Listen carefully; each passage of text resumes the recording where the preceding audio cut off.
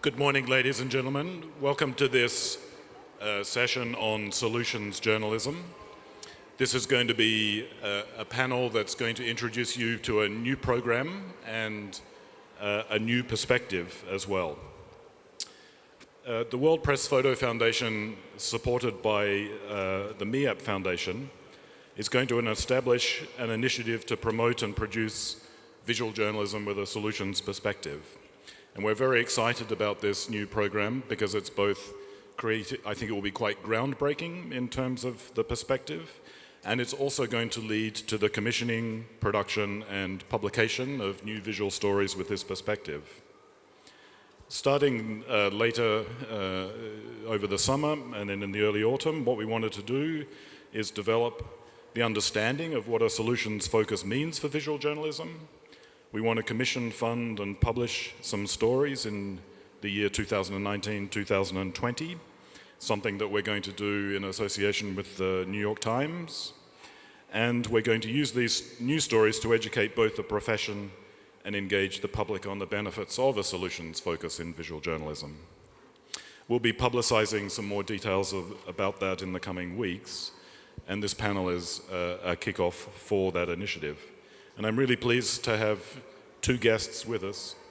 On my left, Tina Rosenberg, who's co-writer of the New York Times Fixers column and co-founder of the Solutions Journalism Network in the United States.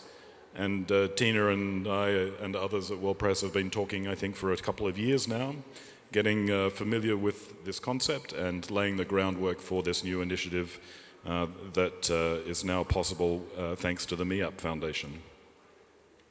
Tina co-writes the Fixers column, but she's also a Pulitzer Prize winning author of 3 books and one of the great proponents of solutions journalism. It's also great to have Geesje van Haren with us. Geesje is the editor-in-chief of Small Stream Media. She's based here in Amsterdam, and she's run her own organization and platform, Vers Pers, for over 15 years. Over the years, Geesje has produced numerous journalistic productions and events, and she's now engaged in a large collaborative project with at least 17 others called the Lost in Europe project. The format for the panel today, Tina is going to give us an introduction and an overview of what solutions journalism involves.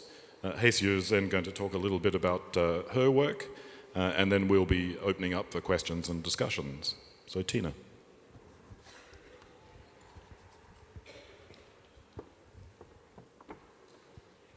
Thank you, David. Thank you, everyone. I am very grateful to the World Press Photo Foundation and the MIAP Foundation. As David said, we've been talking for a long time about trying to start a solutions-focused visual journalism project.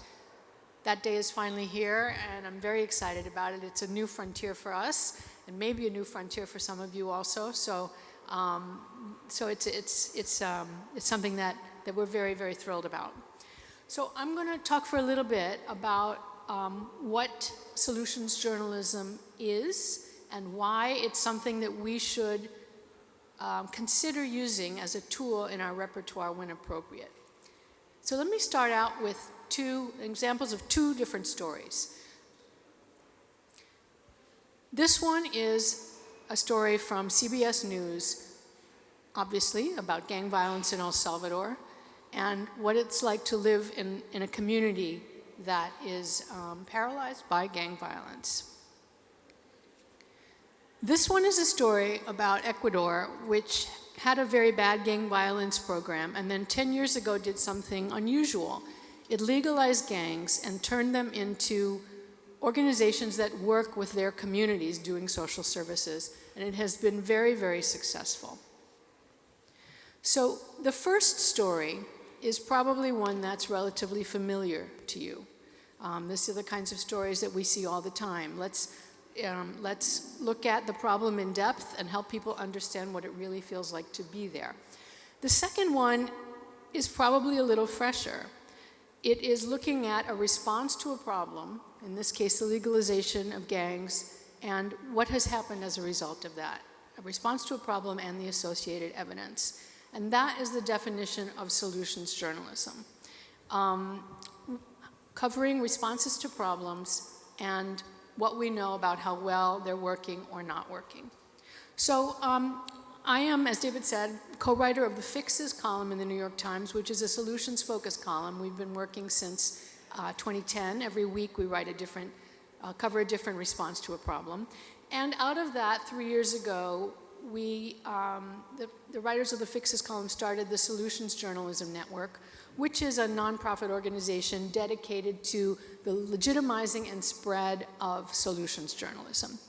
So obviously our group did not invent solutions journalism. People have been doing this for a very long time, often without a name to put on it though. And our contribution is attempting to show, systematize the teaching of it, help journalists find systematic ways for finding these stories, vetting these stories, and doing these stories with high journalistic standards, and then creating teaching materials for journalists, for journalism academics, and other people to help spread this practice. So why should we consider doing solutions journalism? It's not just because solutions journalism is engaging and popular with audiences, although it is. And we have a lot of research that academics have done about solutions journalism. And if you are interested, come up to me afterwards and ask, and I can point you to where it is. But we do know that solutions journalism is extremely popular, especially with younger audiences. And they do engage more deeply with these stories. They spend more time on them. They share them vastly more than they share more traditional stories. But that's not the real reason. The real reason is that, as several speakers noted last night, our civic fabric is torn in many countries, in the United States and elsewhere. And journalism is a victim of that, but it's also a cause. Journalists are accused of many different kinds of bias, but the most toxic bias is our bias towards the negative. And let's think about why that might be. As citizens, we get information about people like us from our lived experience because we see those people every day. But when we're talking about people who are not like us, the source of information for us is the media. So what does the media tell us about people who are not like us? We often focus on people through their worst stereotype, and that's the information we provide. For example, if I am a journalist and I'm going to knock on a door in inner city Chicago, the people there know that I'm interested only in gun violence.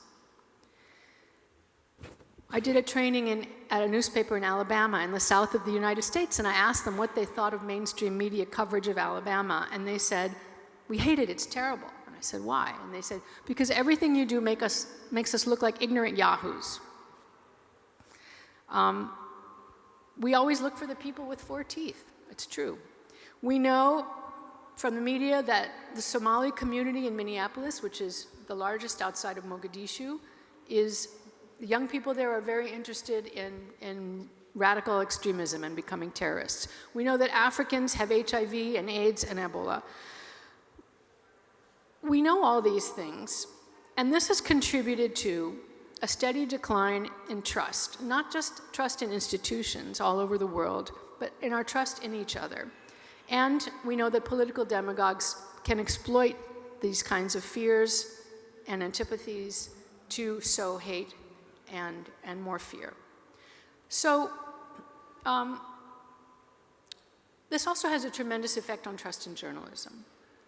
We're having this existential crisis in journalism right now. We've woken up to the fact that we're not very popular. And I think we've assumed, though, that when people say, "I don't believe you, I don't trust you," that they're talking about accuracy. And I want to propose the idea that they're not talking about accuracy at all. What they're talking about is our definition of what is a story and what's worth covering. The stories that I mentioned earlier about gang violence and gun violence in Chicago, about people in Appalachia or the Deep South behaving in ways that makes them look like uneducated rubes, disease, those kinds of things, those are not inaccurate stories necessarily. They're probably accurate, but they're not the whole story. For example, In the Somali community in Minnesota, the vast, vast, vast majority of youth there and of people there are against violent extremism. And they're working in the community to try and dissuade people from joining extremist groups. But we in the media are usually not very interested in those stories. We're very selective in what we cover. Now, of course, I'm not saying that we should not cover what's wrong with the world. In fact, we need investigative journalism, watchdog journalism more now than probably any time we've ever needed it. But the definition of watchdog journalism needs to expand to include credible responses to problems. And if we don't do that, then what we're doing is sowing passivity, cynicism, and fear. When we cover people only through the lens of their worst stereotype, we strip away their agency and we blind ourselves to what people are doing to solve their own problems. People don't feel reflected or respected by the news media. They feel like we're mocking them, making them look as stupid or backwards or violent as possible. Is it any wonder they don't trust our reporting and they feel that journalists look down on them? Is it any wonder that many people consider journalists the enemy? So, I'm not proposing that to solve this problem by creating a false picture of the world. I'm proposing that we solve this problem by creating a truer picture of the world, adding things to our coverage that are real and are real stories and should be told, but we've tended not to tell that much. One example. Remember this? How many people in the world knew about the Ebola crisis in West Africa in 2014? Billions of people, perhaps?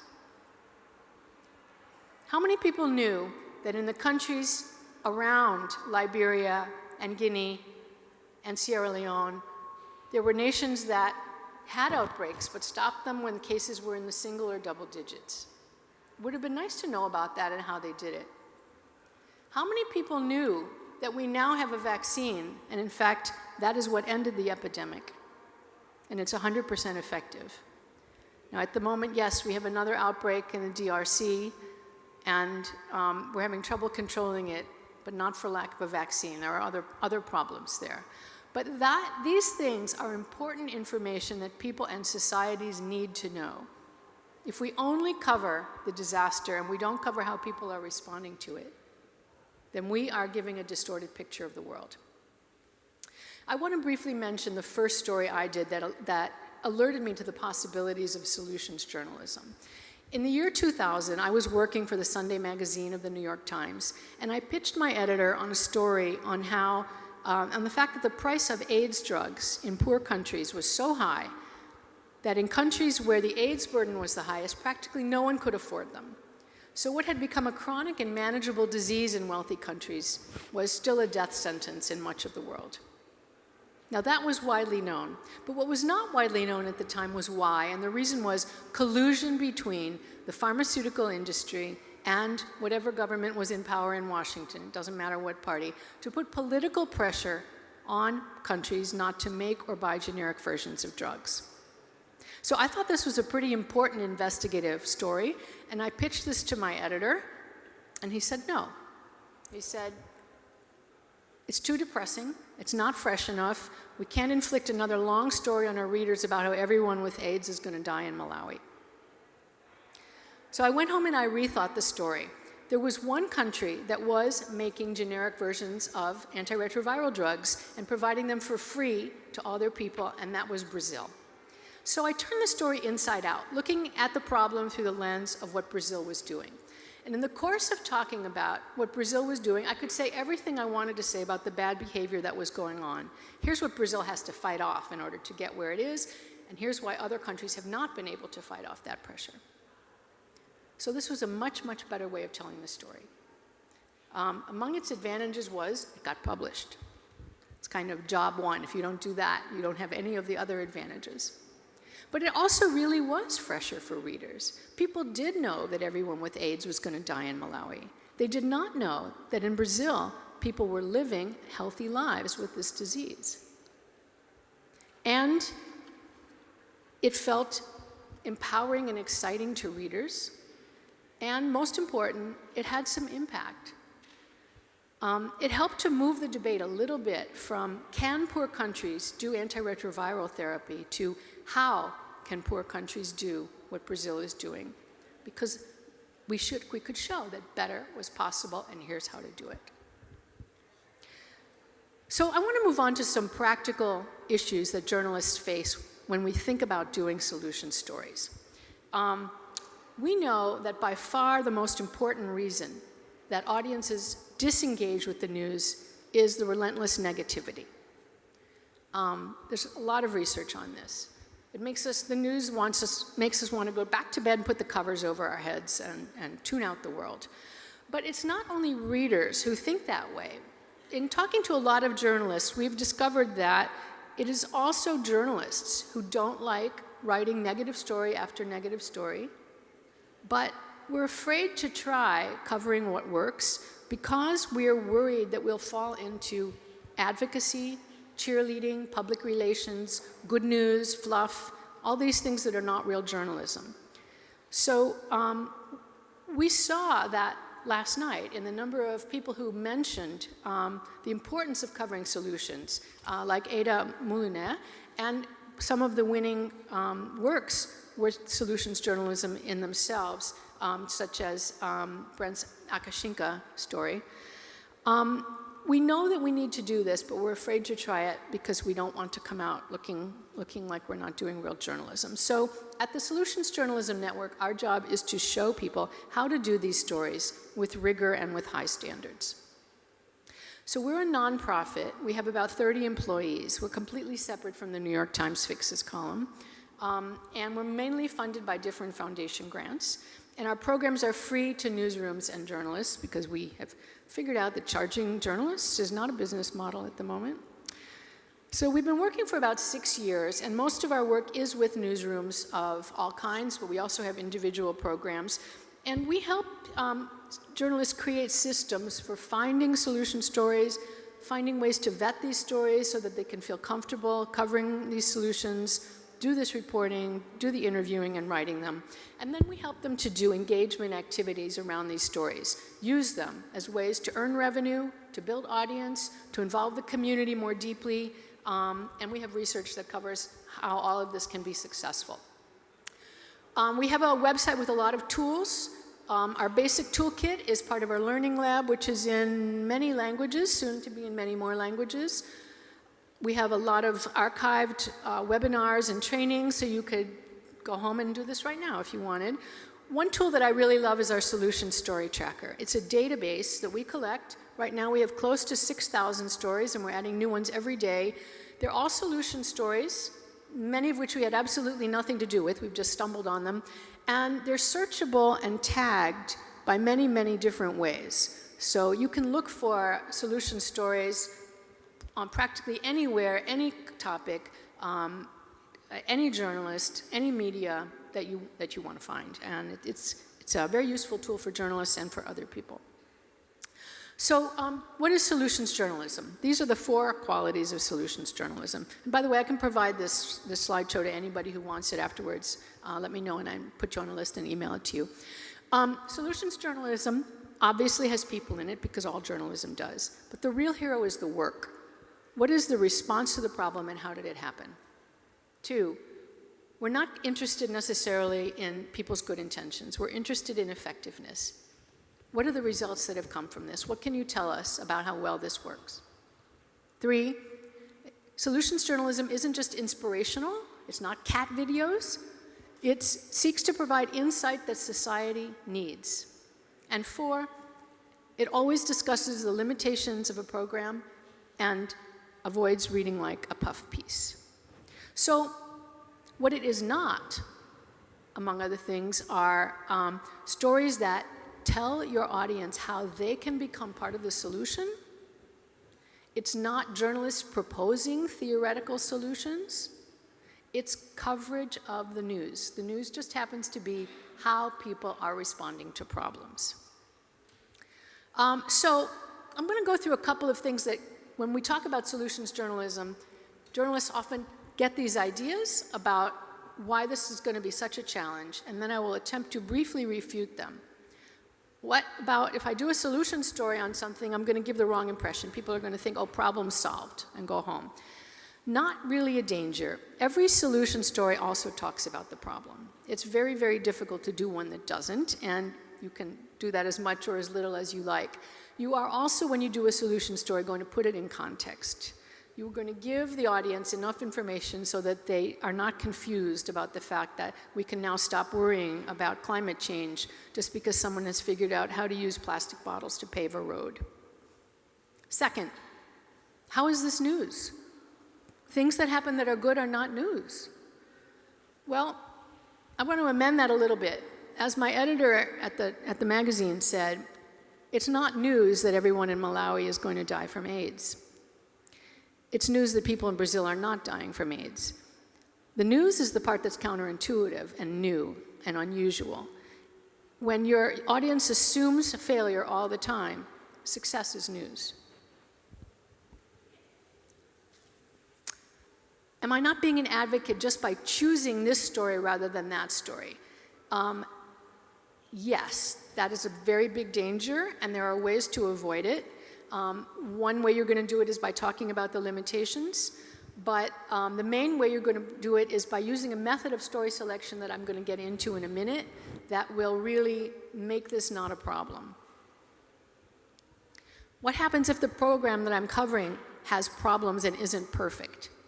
Well, that's great news, because there is no such thing as a perfect program, and if you claim it's perfect, no one will believe you. So you have much more legitimacy and credibility and authority if you talk about what's working about it and what's not working about it. It doesn't make it a story that isn't worth telling. It's still a good story worth telling, even if it's flawed, and you have to explore those flaws. What if I had chosen a response that isn't the best response to the problem? Well, that's fine. We don't know what the best response to a problem is. Experts don't know what the best response to a problem is. It's not our job to know. There's many different responses to a problem that might be worth covering. We just have to choose the ones that are good stories. And you know what good stories are, because it's the news criteria that makes your little spidey sense go off, and you use this all the time in your daily work. So solutions journalism is not right for breaking news. It's really an enterprise story, and you can use it for any topic that's about a widely shared problem. If lots of people have a problem, then lots of people have tried to solve that problem, and some of those responses are going to be more newsworthy and interesting than others.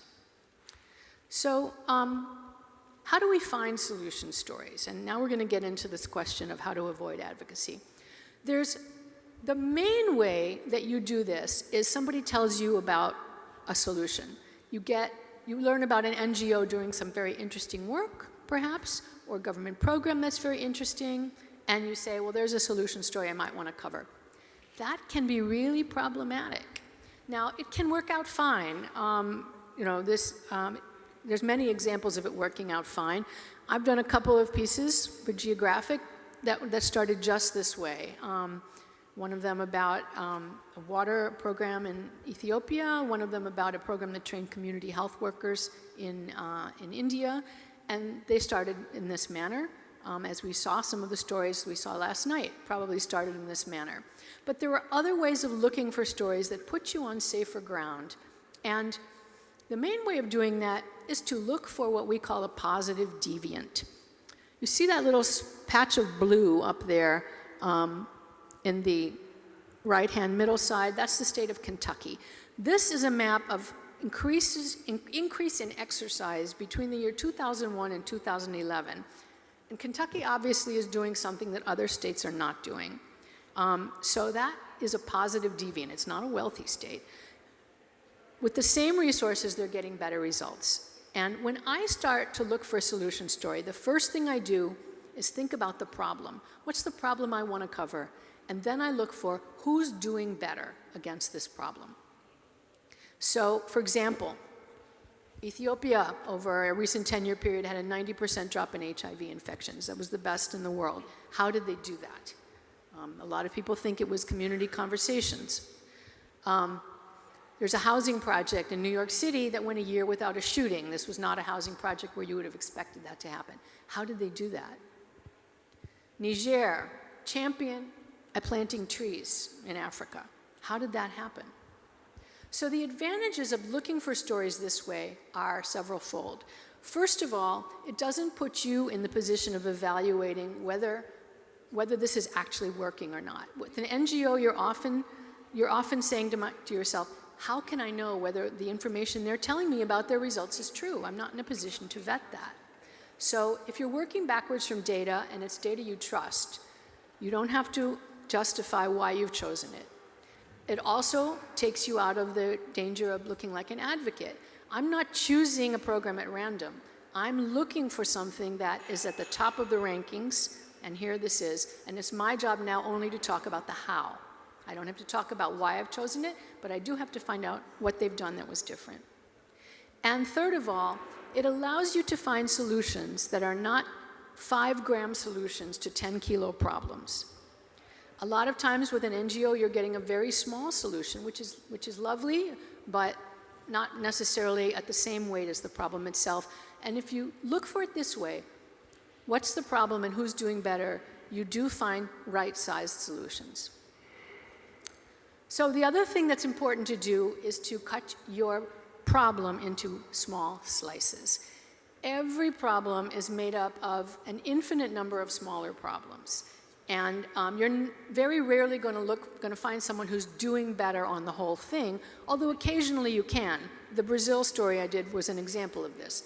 Brazil was doing better on this global issue with the same resources as other countries. So you can look for who's doing it better compared to others or who has made noteworthy improvement. But it's kind of rare you're going to find that. Very often you have to cut it into pieces. For example, the opioid crisis. It's very difficult to find a community in the United States that has solved the opioid crisis.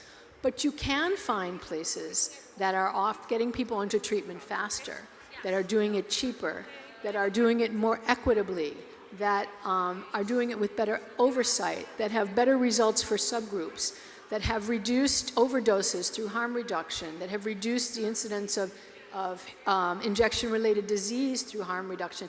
Each of these is a small subset of the problem, and you can look for who's doing better against that small subset. So I'm just going to close by saying that many of you might have noticed that there is a word here that I have barely used, and that word is photo. This is a version of the standard workshop we do for journalists in general.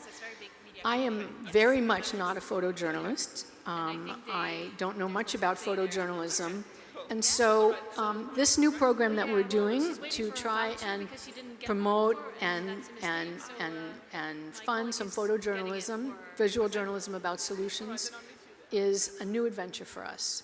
And this is a journey that we're going to be taking together. What the solutions journalism can do is help with some of the, by telling you about how people have used these techniques to achieve success, but how to apply them in your profession is a different question. And I really look forward to going on that journey with you. Thank you.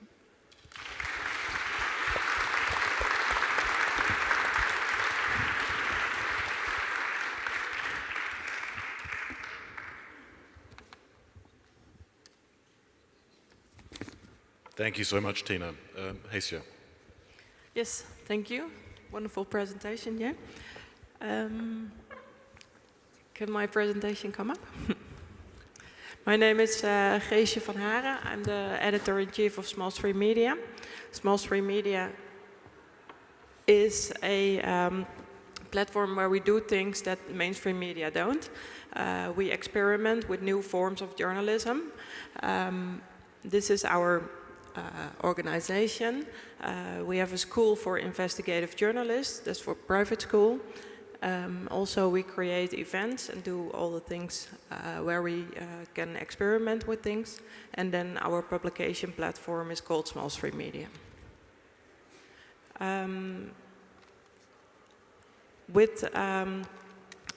When we cooperate with other media, we have this set of skills that we put to the other media and help them to create things that we did test, and when it works, then they can take it over. The School for Investigative Journalism is also into entrepreneurship, and we do work on a multidisciplinary way. One of the things that we do is when you say, okay, you do things that mainstream media don't, what does that mean? And this is when we were thinking about what to do with Brexit. We were like, okay, the mainstream media do Brexit a lot, and what can we add to that? And then one of the designers at the editorial room said, I want to create a boy band. And we were like, okay, a boy band, why? And she was like, this is all about emotion. It hurts me. It hurts the way that when Take That stopped performing, that was the same kind of the emotion that came up. So we were like, okay, when you want to create a boy band, okay, let's see what comes out of that. No, this came out of that. Will take Britain back, and an even bigger indication is the existence of the Reunion Boys, a Dutch group who describe themselves as a boy band driven to reunite Great Britain with the EU. And if you think they didn't make a music video, you clearly don't understand why I'm bringing this up.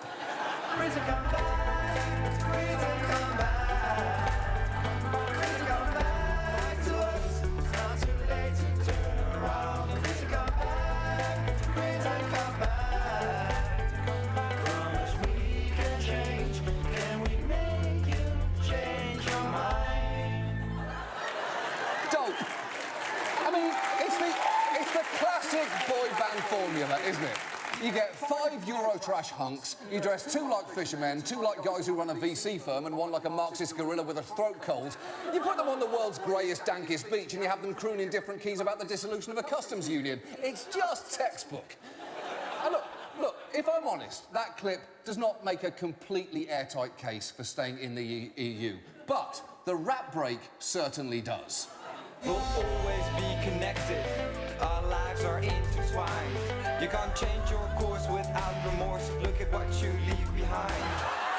Hold on there. You really think British people are going to be impressed by your abs? We're British. If there's one thing people know about us, it's that we all have spectacular abs. Look, mine are obviously amazing. The Queen's are completely insane. So why don't you take your little Eurozone 4-pack and hit the gym pencil neck? And while clearly that band is a pretty solid argument for leaving the EU on any terms necessary, what if Britain did want to stay? How would that even happen? Well, Theresa May and Parliament could weigh the evidence and decide that Brexit is not worth it. That would be the truly courageous thing to do. They won't do it. Yeah. This wasn't a message for the solution because he takes it as an extra point to leave the EU.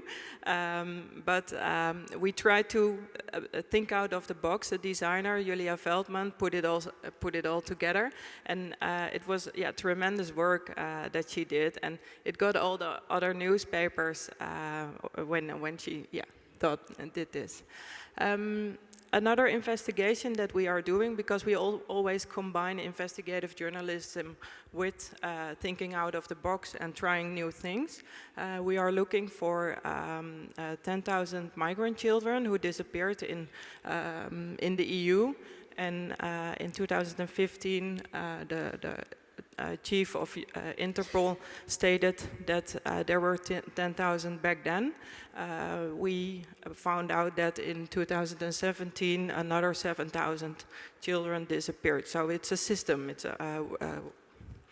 And we work together with all these big media partners to try to find them, because we were like, okay, you can't do this in one country, you can't do this within one organization. You have to work cross-border and interdisciplinary. And when I tell people about this, the first thing that they say is, okay, have you found one kid? And we are like, okay, but we can't make pictures of these children, because when these children are trafficked or in prostitution and they work on an illegal base, you can't put their face into the newspaper, because then their family and they will be in danger. That is why we make stories about not the children but the system. We create stories about how the system works. Why can it be that the EU makes this, doesn't investigate this themselves? We also went to Tate Modern Museum for a data bootcamp together with citizens, just normal people who go to an exposition, and they were thinking with us about this problem. So that is how we combine all kinds of different ways within working on a big journalistic field. Thank you. Thank you, Geesje.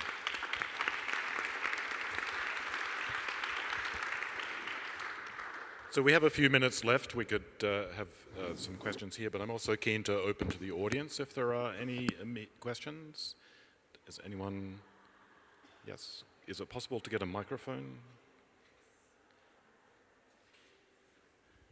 Yeah, thank you very much for the presentations. I have a question for Tina especially regarding solutions journalism, and I wondered if you were aware that it's like a broader global trend, so we could say since the 2008 financial crisis, especially under the banner of design thinking, problem solving became more and more prominent in business innovation than in public policy, now also in urbanism, and now it's kind of entering journalism. And I wonder, what do you think are the kind of political and ethical implications when we now kind of retrain how people think about problems, and especially how we problematize, what it is that we problematize in the media. So because I think there's certain concerns that the profession becomes depoliticized and therefore kind of takes away agency to possibly to broader changes. Yeah.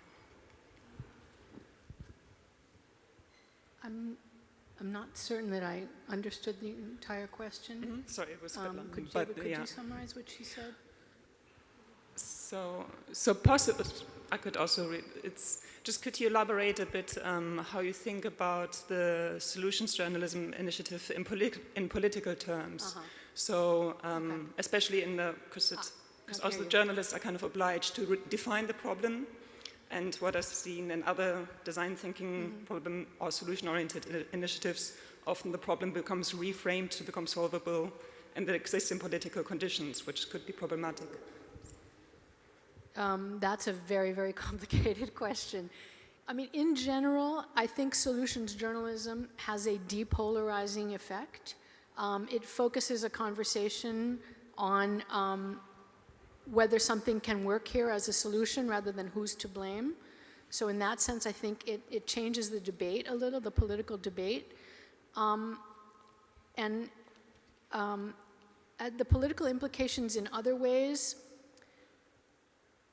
I'm not sure how to sort that out. It does not mean that we are ceasing to hold our governments accountable and our corporations and our non-governmental organizations. In fact, it adds accountability to journalism because you take away their excuses. You can not only report on, we have a terrible problem here, but you can say, and don't give me any of that, oh, we can't solve it, we're doing the best we can, because over here they're doing a better job. So in a sense, that adds to the accountability that journalism can provide in politics. Other questions? One, Francis.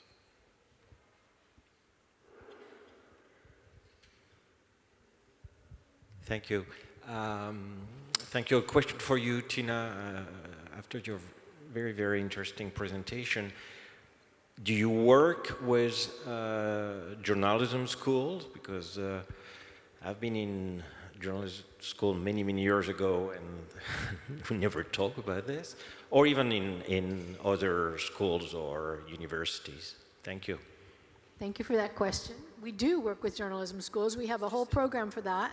If you go on our website, you can find it. And the journalism professors, and we work with, upload their teaching materials. So if you want to teach this, you have a ready source of material that other professors have used. And we're working with many, many journalism schools right now.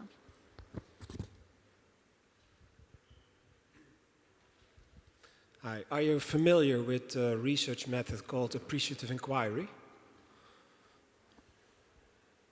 Yes. In what way is it different from solutions journalism? I think that falls more into the category of constructive journalism, which is probably more popular in Europe right now than solutions journalism is. Solutions journalism is a subset of constructive journalism. We are really about one thing. But there's other parts of it, for example, focusing the conversation, asking different kinds of questions when you interview people that are very valuable, and I think appreciative inquiry is a part of that, but it's a little bit outside of what we do. Geesje, would you say that that is how you understand the distinction between constructive journalism and solutions journalism? Is that the sort of distinction there is? Yeah. Our starting point is investigative journalism, but then asking the other questions, asking for who has done this before, where can we find a solution, but also build on blocks to make it constructive. So and take data and facts, statistics in there. Some other questions?